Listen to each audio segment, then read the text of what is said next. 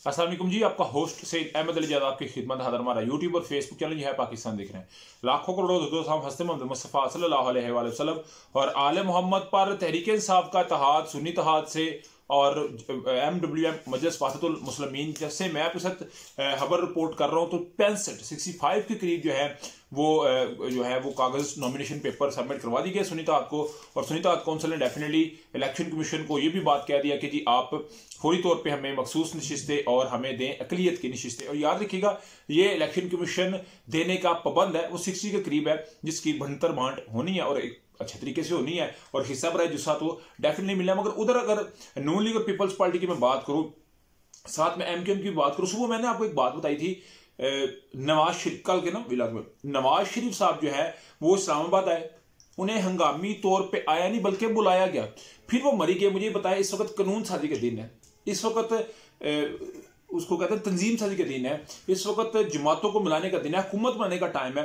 तो नवाज शरीफ साहब मरी चले गए हैं, सैर सपाटे के लिए तो नहीं गए। इसका मतलब है वो किसी न किसी जगह पे बैठ के, मैंने कल भी वो कहा था, वो मुलाकातों के लिए, मेल मिलाप के लिए और अपना पूरा फील्डिंग को सेट करने के लिए वहां पे पहुंचे हुए हैं। और 9 से 10 का एक राउंड था जो कि डेफिनेटली मुस्लिम नून का था, 9 बजे तक हुआ, और पीपल्स पार्टी का 9 से 10 के दरमियान MQM के साथ हुआ।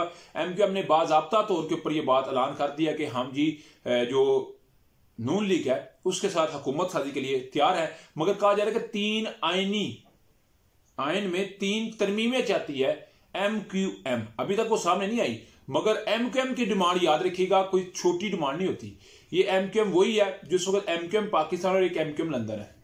मैं हकाइक से जो मेरा विलाग सुनने वाले हैं, अगर तो वो 18 बिलो है तो वो उनके लिए एक बड़ा सरप्राइज होगा कि MQM क्या चीज है। मगर इस हमारी एज के ये सिर्फ बड़े हैं, सॉरी, वो ये समझते हैं कि MQM क्या थी, किस तरह इनको जो है वो 2 पार्ट्स के अंदर और पार्ट करके ये खेल रहे हैं। तो वो MQM जो है वो इख्तिदार में आना चाहती है और 3 आईनी तरमीम लेके आना चाहती है। आइन के अंदर दुआ करे को बेहतरीन हो, और मुझे भी उम्मीद है कि बेहतर किया। मगर उधर जी हामिद रजा साहब ने कल एक जो है वो इंकशाफ किया, उन्होंने कहा जी 5 से 6 सीटें, 5 से 6 सीटें यानी कि 5 से 6 MNA टूट के हमारे दरमियान आना चाह रहे हैं। डेफिनेटली नून लीग या पीपल्स पार्टी के ही हो सकते हैं, किसी और के तो हो नहीं सकते, और का इतना फायदा भी कोई नहीं।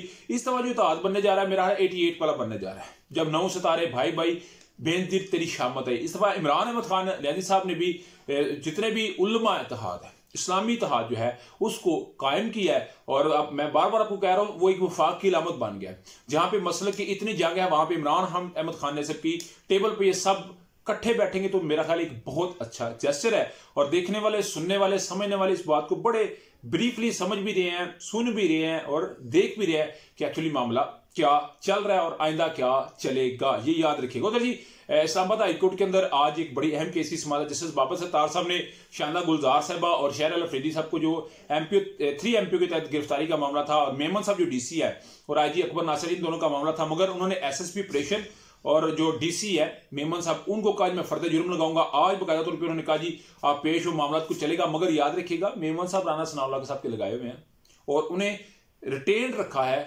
निगरान हुकूमत ने। तो इतने इजी बंदे नहीं है कि पेश हो जाए, मगर उनकी आज पेशी थी।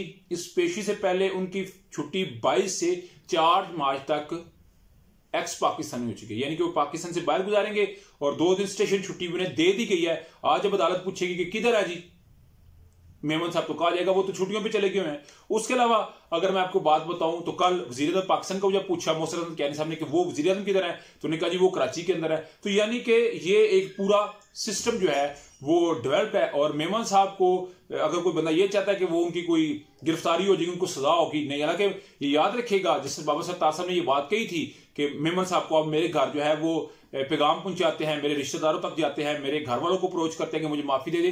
मैंने किसी को माफी नहीं देनी, आपने कानून को मजाक बना के रखा हुआ, ये उनके अल्फाज थे। मगर देखना पड़ेगा। उधर जी नासिर जवेद राना साहब को एहतसाब अदालत का जज लगा दिया गया। 190 मिलियन पाउंड स्कैम में जो है पहले जज बशीर साहब सुन रहे थे, उनकी तबीयत नासाज हुई, 14 मार्च उन्होंने रिटायर हो जाना, तो इसलिए उन्होंने छुट्टियों पे चले गए रिटायरमेंट तक। तो अभी राना नासिर जवेद साहब आए हैं और राना नासिर जवेद साहब आके जो है वो इस मामले को देखेंगे, इस सारे मामले की आगे तफसील को चलाएंगे। आज बड़े एक अहम केस की समाअत है। उधर जी जवेद लतीफ साहब ने यह बात कही है कि डेफिनेटली एस्टैब्लिशमेंट की तरफ बात की है। उन्होंने कहा जिनको लेके आए हैं उनको हुकूमत देनी चाहिए। तो इस पे एंकर ने पूछा कि वो नवाज शरीफ साहब को लेके इनकी बात कर रहे हैं। उन्होंने कहा जी नहीं, मैं तो बस ये कहूंगा कि जिनको लेके आए हैं उनको हुकूमत देनी चाहिए, यानी कि वो अपने ही गोल में गोल करते नजर आ रहे हैं और बाद में सिर्फ पछतावा है। आपका समय तो मुझे लाजमी कमेंट से शेयर कीजिएगा। ब्लॉग वीडियो पसंद है तो चैनल को लाइक सब्सक्राइब अपने दोस्तों शेयर कर लीजिएगा। नेक्स्ट वीडियो के लिए होस्ट को जय जलाल को हमें अस्सलाम वालेकुम।